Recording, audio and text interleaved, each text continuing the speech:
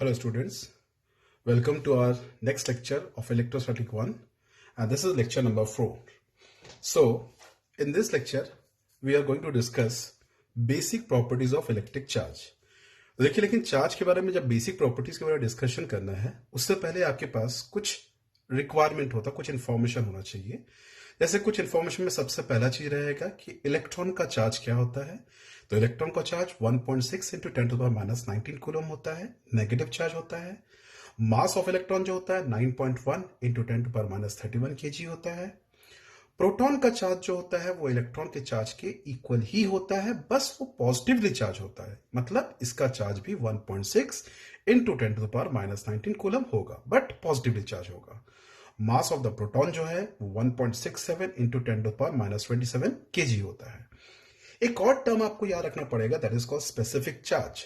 Specific charge का मतलब ही होता है कि चार्ज बाय मास, ये होता है चार्ज बाय मास, ठीक है। तो मतलब Q बाई M, चार्ज को अपन डिनोट करेंगे Q से और ऑब्वियसली बात है मास को हम डिनोट करेंगे M से, ठीक है। तो ये बहुत कॉमनली यहां पे एक चीज का यूज होता है जिसको बोलते हैं specific charge of electron. Specific charge of electron, इसका मतलब होता है कि charge of electron by mass of electron, जिसे आप देख सकते हो कितना होगा 1.6 इंटू 10⁻⁻19 बाई 9.1 इंटू 10⁻⁻31, ठीक। अब आप थोड़ा सा इसको पॉज करके आप एक बार कैलकुलेट करके देखिए क्या। तो देखिए इसका जो वैल्यू आता है, इसका वैल्यू आता है 1.7 इंटू 10⁻11 कूलम पर केजी, ठीक। तो इसको आपको क्या करना है, इसको दिमाग रखना पड़ेगा, इसको ध्यान में रखना पड़ेगा। ये कुछ रिक्वायरमेंट आपको चाहिए आगे न्यूमेरिकल वगैरह को सॉल्व करने के लिए, ठीक है। तो चलिए अब हम लोग बात करते हैं जो बेसिक प्रॉपर्टीज के बारे में बात करते हैं। तो चलिए एक एक करके इसके प्रॉपर्टीज के बारे में डिस्कस करते हैं। तो चलिए इसका पहला प्रॉपर्टी देखते हैं। देखिए पहला वाला ये बोलता है charges are of two types, positive and negative. ध्यान रखेंगे ये पॉजिटिव और नेगेटिव जो टर्म है जिसको अपन बोलते हैं, ये जो टर्म को कॉइन किया गया था सबसे पहले बेंजामिन फ्रैंकलिन ने यूज किया था। इससे पहले इसको पॉजिटिव और नेगेटिव ना कहकर इसको वेटेरियस एंड रेजेनियस कहा जाता था, ड्यू टू देयर ओरिजिन, इनके ओरिजिन के हिसाब से इनको बोला जाता था। वेटेरियस पॉजिटिव चार्ज के लिए होता था और रेजेनियस हम लोग का नेगेटिव चार्ज के लिए यूज किया जाता था, ठीक। अब देखते हैं इसका second property. Like charges repel each other, unlike charges attract each other. तो ये एक ऐसा चीज है जो आप लोग बचपन से पढ़ते हुए आ रहे हो, आपको इसके बारे में बहुत अच्छे से आइडिया, इसमें कोई नया कोई बात नहीं है, ठीक है। अब इसके बाद हम लोग इसका थर्ड प्रॉपर्टी देखते हैं। Charges are additive in nature. Charges are additive in nature का मतलब होता है कि आप चार्ज को एकदम नॉर्मल वे में आप इसको ऐड कर सकते हैं। फॉर एग्जाम्पल आपके पास मान लेते हैं ये कोई एक कंडक्टर है, ओके, और इस कंडक्टर में ऑलरेडी +5 कूलम ऑफ चार्ज है, ठीक। हम लोगों ने क्या किया, इसमें हम लोगों ने बाहर से, सपोज हम लोगों ने बाहर से इसको, हम लोगों ने बाहर से इस पर और +3 कूलम चार्ज को ऐड कर दिया, ठीक। तो ऐसा करने पर आपको रिजल्ट में क्या मिलेगा, आप देखोगे इसमें ये जो कंडक्टर है, इस कंडक्टर में अब जो नेट चार्ज होगा एक नॉर्मल एडिशन को फॉलो करते हुए +3 कूलम +5 कूलम दोनों मिला के बन जाएगा +8 कूलम बन जाएगा, ठीक है। उसी तरीके से अगर हम लोग यहां पर देखते हैं, उसी तरीके से अगर हम लोग यहां देखें कि एक और कंडक्टर है इस प्रकार से, ये एक कंडक्टर है, इस कंडक्टर में +5 कूलम है और हम लोगों ने बाहर से इसमें मान लेते हैं हम लोगों ने -3 कूलम चार्ज दे दिया। तो +5 कूलम -3 कूलम, तो एक नॉर्मल एडिशन, तो +5 - 3 कितना होगा बताइए, ऑब्वियसली +2 होगा। तो आपका जो ये कंडक्टर है ये अब बन जाएगा +2 कूलम का हो जाएगा। फोर्थ प्रॉपर्टी है charge is conserved, that is total charge of an isolated system is conserved. इसका क्या मतलब होता है, इसको समझेंगे हम लोग। जैसे हम लोग लास्ट मेथड ऑफ चार्जिंग जब बात करे थे, तो वहां पर हम लोगों ने देखा था कि चार्ज जो होता है वो ओवरऑल चार्ज जो होता है हम लोग का, जब आप एक दूसरे के कंडक्टर को एक दूसरे के कांटेक्ट में था तो उनमें चार्ज का शेयरिंग होता है। तो चलिए उसी एग्जांपल को लेके चलते हैं। सपोज आप यहां पर लेते हैं, ये कोई भी एक कंडक्टर है, सपोज इस कंडक्टर में +3 कूलम चार्ज है और इसमें मान लेते हैं कंडक्टर में मान लेते हैं +5 कूलम चार्ज है। आपने इन दोनों को एक दूसरे के कांटेक्ट में लाया और कांटेक्ट में लाने के कारण मे भी हो सकता है इनका डिफरेंट शेप होने के कारण चार्ज का डिस्ट्रीब्यूशन अलग अलग हो गया। तो हम देखेंगे, पता है क्या होगा इसमें, आप देखेंगे कि अब मान लेते हैं ये 3 कूलम से ये वाला जो था ये ए था कंडक्टर, ये बी कंडक्टर है। तो जो ए कंडक्टर है उस पे अगर मान लेते हैं अब +2 कूलम होगा, तो उस हिसाब से देखा जाए तो यहां पर कितना होगा, +6 कूलम होगा। मतलब किसी भी सिस्टम का जो नेट चार्ज रहेगा वो कहीं लॉस नहीं होता है। देखिएगा, +5 कूलम +3 कूलम कितना हो रहा, +8 कूलम, +6 कूलम +2 कूलम कितना हो जाएगा, +8 कूलम हो जाएगा। मतलब net charge of the system जो रहेगा वो ऑलवेज क्या रहेगा, आइसोलेटेड सिस्टम जो रहेगा वो हमेशा कंजर्व रहेगा। तो ये बहुत ज्यादा ही इंपॉर्टेंट प्रॉपर्टी है, तो प्लीज इसको दिमाग में रखेंगे आप लोग। ये नेक्स्ट जो प्रॉपर्टी है एक बहुत ही ज्यादा इंपॉर्टेंट प्रॉपर्टी है जिसको आपको याद रखना पड़ेगा। और ध्यान रखना, मैक्सिमम न्यूमेरिकल्स अगर ये चार्ज वाले पोर्शन से जब आता है तो इससे आता है। अब ये क्या है प्रॉपर्टी समझते हैं। Charge is quantized. तो सबसे पहले ये जो क्वांटाइज्ड, क्वांटम, क्वांटा, ये थोड़ा सा साइंटिफिकली बहुत मतलब बहुत जबरदस्त टाइप का, बहुत कठिन शब्द लगता है हम लोग को और इसका एक्चुअल मतलब समझ में नहीं आता होता क्या है। तो चलिए इसके बारे में बात करते हैं, क्या है क्या, इसके बारे में थोड़ा समझते हैं हम लोग। तो देखिए ये बोलता है कि क्वांटाइज्ड वर्ड का मतलब क्या होता है। देखिए होता क्या है, अगर आप मार्केट में जाते हैं, जाके दुकान में बोलते हैं मार्केट में मुझे केला चाहिए, केला खरीदना है, तो क्या आपको वो केला कितना कैसे करके दे सकता है, एक केला दे सकता है, 2 3 4 5 10 20 25। लेकिन आप अगर उसको बोलोगे कि मेरे को 5.5 केला दो, तो वो नहीं देगा आपको, क्योंकि 5.5 केला होता ही नहीं है। या तो 5 होता है या तो 6 होता है, इसके बीच का कुछ नहीं होता। ठीक है।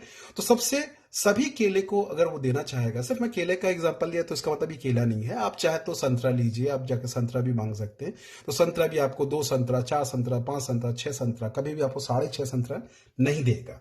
तो ये जो साढ़े वाला कॉन्सेप्ट इसमें नहीं आता। तो सबसे मिनिमम जो आपको दे सकता है वो 1 संतरा देगा, और अगर देना चाहेगा तो वो एक ही संतरे के मल्टीपल के फॉर्म में दे सकता है। ठीक है। तो इसलिए क्या होगा, यहां पे जो मतलब क्वांटा का मतलब होता है एक किसी पैक के फॉर्मेट में। जैसे मान लेते हैं, हम लोग बोल सकते हैं कि ऑरेंजेस आर क्वांटाइज्ड, मतलब ऑरेंजेस क्वांटाइज, मतलब ऑरेंज जो रहता है आपको कभी भी आधा ऑरेंज या टुकड़े टुकड़े में ऑरेंज नहीं मिलता, आपको ऑरेंज हमेशा क्या होता है, मल्टीपल के फॉर्मेट मिलेगा, 1 2 3 4 5 इस फॉर्मेट में आपको मिलेगा। इसलिए हम लोग बोलते हैं कि वो क्वांटाइज। तो क्वांटाइज्ड वर्ड का यही बेसिकली मतलब होता है। अब यहां पर क्या बोलता है, बोलता है कि सभी चार्ज इलेक्ट्रॉन के चार्ज के इंटीग्रल मल्टीपल के फॉर्मेट में होते हैं। तो इसका क्या मतलब होता है कि जो सबसे छोटा चार्ज होता है वो होता है चार्ज ऑफ इलेक्ट्रॉन, और इससे छोटा कोई चार्ज हो ही नहीं सकता। तो ये होता 1.6 इंटू 10⁻⁻19 कूलम, जैसे आपने पढ़ा था इसमें। अब जैसे आपको पता है किसी ऑब्जेक्ट में अगर आप एक इलेक्ट्रॉन ऐड करते हैं तो उसमें चार्ज कितना हो जाएगा, -e। अगर आप उसमें 2 इलेक्ट्रॉन ऐड करते हैं तो उसमें आ जाएगा -2e। अगर आप इसमें 3 इलेक्ट्रॉन ऐड करते हैं तो उसमें बन जाएगा -3e। अगर आप मान लेते हैं एक इलेक्ट्रॉन निकाल लेते हैं तो +e। अगर आप 2 इलेक्ट्रॉन निकाल लेते हैं तो +2e। और अगर आप 3 इलेक्ट्रॉन निकाल लेते हैं तो +3e, इस प्रकार से। लेकिन क्या आप 3.5 इलेक्ट्रॉन निकाल सकते हैं? नहीं, 3.5 इलेक्ट्रॉन होता ही नहीं है, 3.25 इलेक्ट्रॉन होता नहीं है, 5.5 इलेक्ट्रॉन होता नहीं।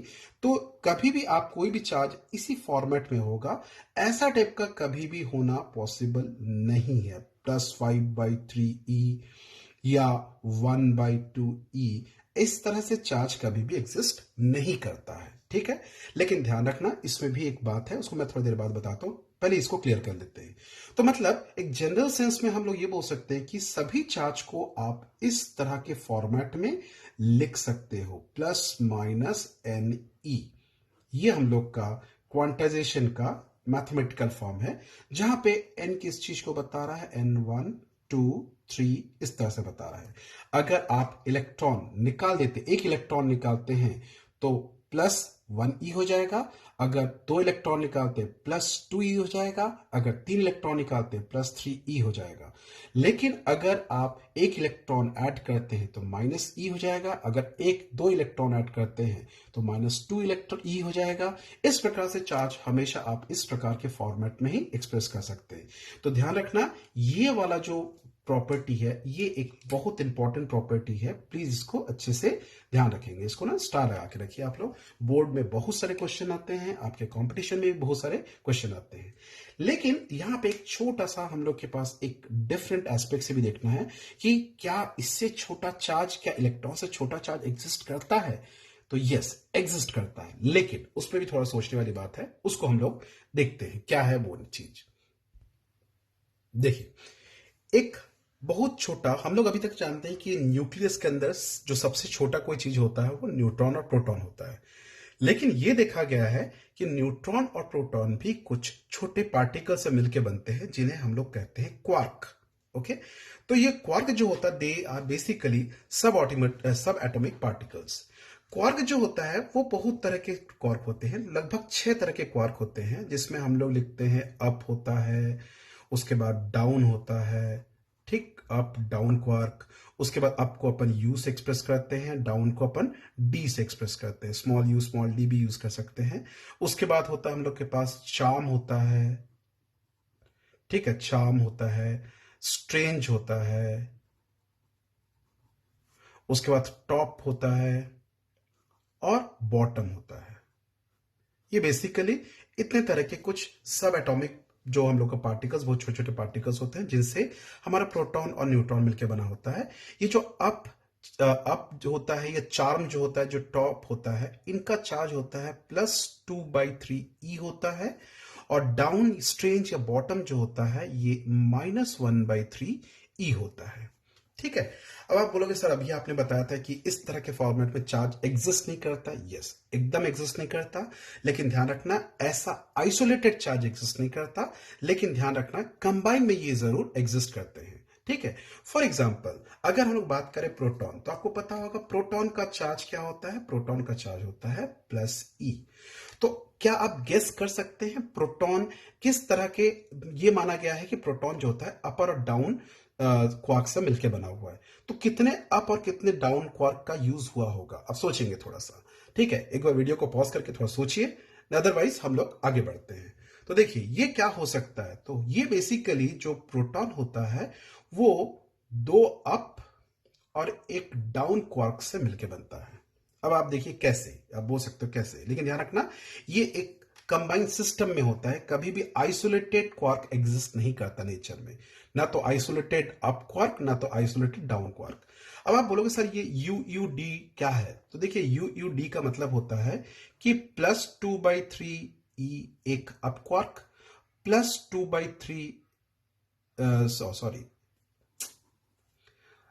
+2/3e एक क्वार्क, दूसरा रहेगा +2/3e, और उसके बाद रहेगा हम लोग के पास एक रहेगा माइनस, इन सबको अगर जोड़ देते हैं उसका +-1/3e। अगर आप इसको ऐड करते हो तो देखिएगा +2/3 +2/3 कितना हो जाएगा, +4/3, +4/3 -1/3 कितना आ जाएगा, माइनस हम लोग का +3/3e, एंड जिसका वैल्यू आ जाएगा +e। तो एक आइडिया आपको मिलता है यहां पर कि जो हम लोग का प्रोटॉन होता है वो भी हम लोग का क्वार्क से मिलकर बनता है। तो ये ऐसा कभी नहीं सोचेंगे कि हम लोग का कि नेचर में हम लोग का फ्रैक्शनल चार्ज, इलेक्ट्रॉन के फ्रैक्शनल मल्टीपल के फॉर्म में चार्ज नहीं मिलता, लेकिन हाँ आइसोलेटेड चार्ज नहीं मिलता है, ये हमेशा इस तरह के ग्रुप में एग्जिस्ट करते हैं। अगला पॉइंट देखिए, चार्जेस आर इनवेरिएंट। अभी चार्जेस आर इनवेरिएंट का क्या मतलब होता है, तो देखिए चार्जेस आर इनवेरिएंट का मतलब होता है कि चार्ज चेंज नहीं होता। बोले सर ये कौन सी बात हुई, तो देखिए इसको मैं पहले लिख देता हूं, फिर हम लोग इसको डिस्कस करते हैं ये चार्ज इनवेरिएंट का मतलब क्या होता है। देखिए ये बोलता है value of charge is independent of frame of reference. अब ये क्या बोलता है, एक्चुअली आपको पता होगा आइंस्टाइन के हिसाब से everything in this universe is relative. इसका क्या मतलब होता है, इसका मतलब आपने देखा होगा कि आइंस्टाइन ने बताया था हम लोग का कि अगर कोई ऑब्जेक्ट हम लोग का, सपोज एक मास को ही हम लोग लेते हैं, या फिर आप उतना भी मत सोचिए, आप इतना सोचिए कि सपोज हम लोग के पास ये एक व्हीकल है। ओके, इस व्हीकल में एक बॉक्स रखा हुआ है, इस बॉक्स का मास कितना है, m है, ठीक। और ये बॉक्स के अंदर एक पर्सन बैठा हुआ है, ये है वो पर्सन, ठीक है। और इस पर्सन का नाम हम लोग ले लेते हैं ए है।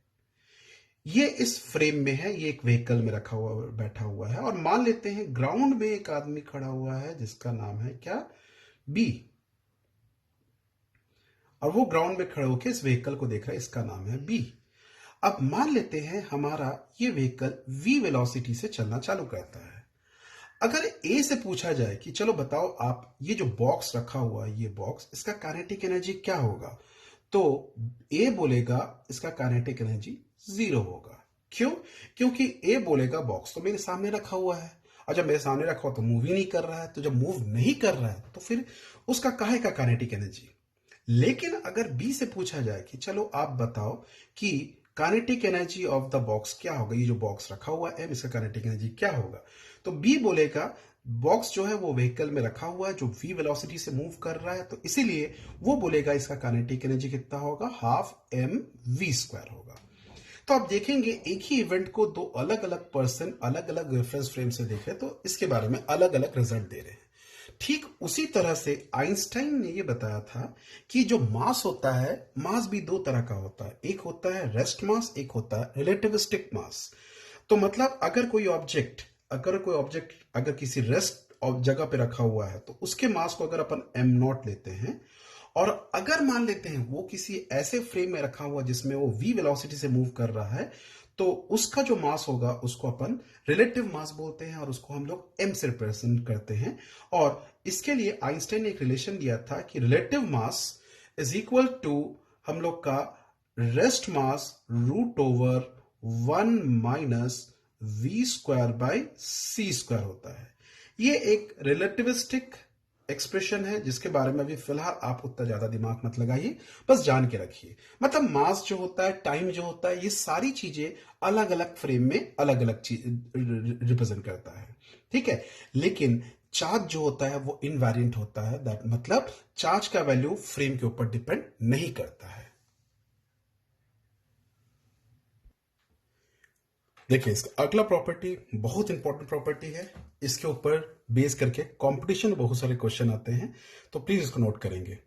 तो देखिए क्या होगा, रेस्ट चार्ज जो होता है, रेस्ट चार्ज मतलब जो चार्ज रुका हुआ है, रुका हुआ मतलब ऑब्वियसली उसका वेलोसिटी क्या है, 0 है। वो सिर्फ और सिर्फ इलेक्ट्रिक फील्ड जनरेट करेगा, वो सिर्फ और सिर्फ क्या जनरेट करेगा, इलेक्ट्रिक फील्ड जनरेट करेगा। अगर चार्ज मूव कर रहा है, अब मूव करने में दो केसेस हो सकता है, या तो कांस्टेंट वेलोसिटी से मूव कर रहा है या फिर एक्सेलरेशन हो रहा होगा, मतलब उसका वेलोसिटी कांस्टेंट नहीं है। तो ध्यान रखेंगे अगर चार्ज कांस्टेंट वेलोसिटी से मूव कर रहा है तो ये हम लोग का इलेक्ट्रिक फील्ड और मैग्नेटिक फील्ड दोनों को प्रोड्यूस करेगा, ठीक है। और अगर हम लोग का ये अगर एक्सेलरेट कर रहा है तो ये इलेक्ट्रोमैग्नेटिक वेव्स जनरेट करेगा। तो अगर चार्ज मूव कर रहा है विथ नॉन कांस्टेंट वेलोसिटी, मतलब वेलोसिटी कांस्टेंट नहीं है, और वेलोसिटी कांस्टेंट नहीं रहने का मतलब हो रहा है कि वो एक्सेलरेट कर रहा है, तो एक्सेलरेटिंग चार्ज जो रहता है वो इलेक्ट्रोमैग्नेटिक वेव्स रेडिएट करता है, ठीक। तो ये कुछ बहुत इंपॉर्टेंट पॉइंट थे हम लोग का जो बेसिक प्रॉपर्टीज ऑफ चार्जेस में आता है, जिसे आपको बहुत अच्छे से पढ़ना है। इसके ऊपर बेस करके क्वेश्चन रहेगा। मैं आपको इसके लिए असाइनमेंट भी प्रोवाइड करूंगा, और असाइनमेंट के साथ साथ मैं आप लोगों को इसका नोट्स भी प्रोवाइड करूंगा पीडीएफ फॉर्मेट में, जब तक ये लॉकडाउन खत्म नहीं होता है। Okay, so bye, take care and have a nice time ahead.